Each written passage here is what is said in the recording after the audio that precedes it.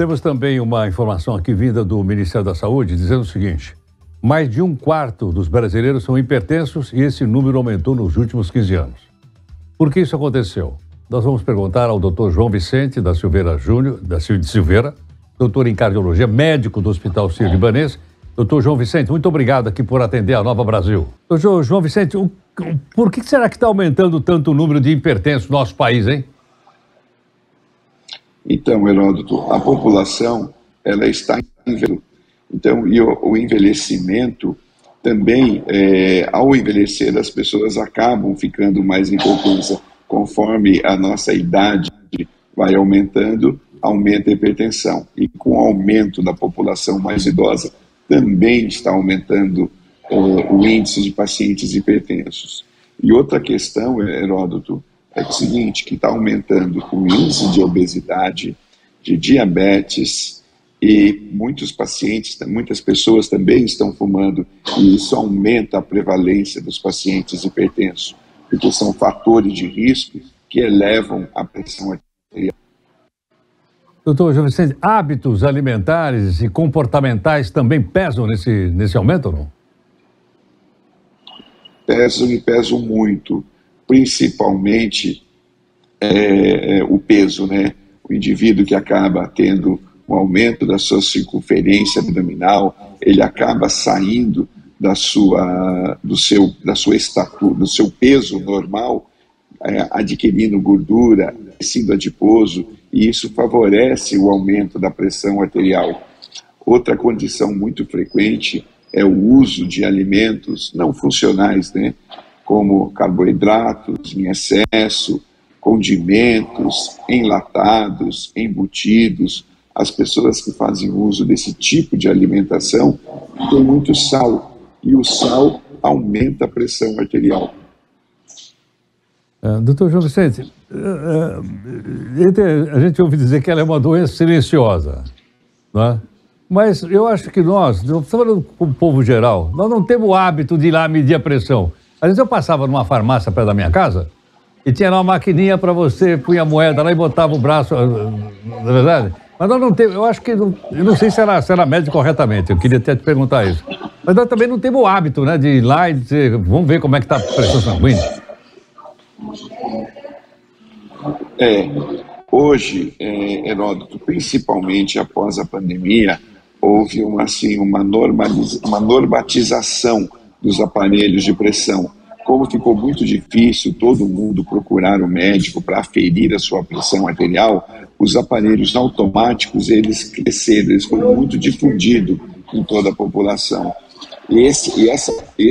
Essa exposição maior de toda a população nesses aparelhos automáticos, fica mais fácil da gente aferir, fazer a automedida. Nós mesmos podemos fazer essa medida em casa da nossa pressão arterial. De fato, antigamente era mais fácil, né, ia na farmácia. Só que hoje, essa prática, ela não é mais uma prática rotineira, porque os aparelhos, eles não sofrem uma aferição constante, e aí podem aferir a pressão arterial errada do paciente, e o paciente sair com uma pressão que está alta e normal, ou está normal e está muito elevada. Então essa prática da farmácia hoje está praticamente abolida. E o único jeito da gente saber que a nossa pressão está alterada é passar por uma avaliação onde você afere a pressão arterial. Não existe outra forma de a gente saber que a nossa pressão está alterada. Compreendo. Quer dizer, aquelas, então, saindo do campo leigo, indo para o campo específico, é aquela, então, feita por um enfermeiro ou por um médico, não é isso? Isso. Várias pessoas estão habilitadas para aferir a pressão arterial. Nós mesmos, no aparelho automático, mas os médicos, os auxiliares de enfermagem, os técnicos de enfermagem, as enfermeiras, elas são treinadas, elas aprendem a técnica correta de fazer a aferição da pressão arterial. Então é importante que quando alguém meça sua pressão arterial, siga as regras corretas. O paciente tem que estar sentado, não pode estar com a bexiga cheia, não deve ter tomado café, fumado, que isso tudo altera o valor da pressão arterial real. Se ele, por exemplo, fez uma atividade física meia hora antes, então você precisa seguir algumas normas para que a sua pressão seja aferida e o valor seja o mais correto possível. Seu João, eu fui medir a pressão minha outro dia, mas meu time tinha perdido, a pressão estava lá em cima. Geralmente nas emoções, né, tanto as emoções muito fortes, emoções boas e emoções ruins, isso também tem um efeito, um impacto na pressão arterial. Mas essas mudanças assim, Heródoto,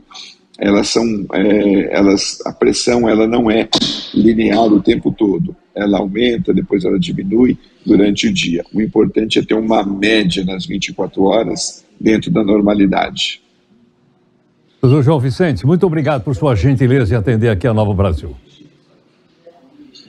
Obrigado, um prazer e um bom dia. Muito obrigado, doutor João Vicente da Silveira, doutor em cardiologia, médico do Hospital Sírio-Libanês. Tá vendo, Paulo Rodolfo? Depois que o seu time joga, você não pode medir a pressão, porque a pressão vai lá em cima, que foi o que ele acabou de falar agora. Mas já alguns casos já aconteceram ao longo dos anos e pessoas no estádio, ou até mesmo fora na TV, Heródoto, que se emocionam aí com o resultado do jogo, com o desempenho do time e chega até a sofrer infarto. A causa, inclusive, de morte por causa disso, Heródoto. É emoção. Por isso é que hoje a vantagem é torcer pro Verdão. O Verdão não mata ninguém relacionado à pressão alta mais. Tá bom. Você falou, é melhor não contrariar. Exato.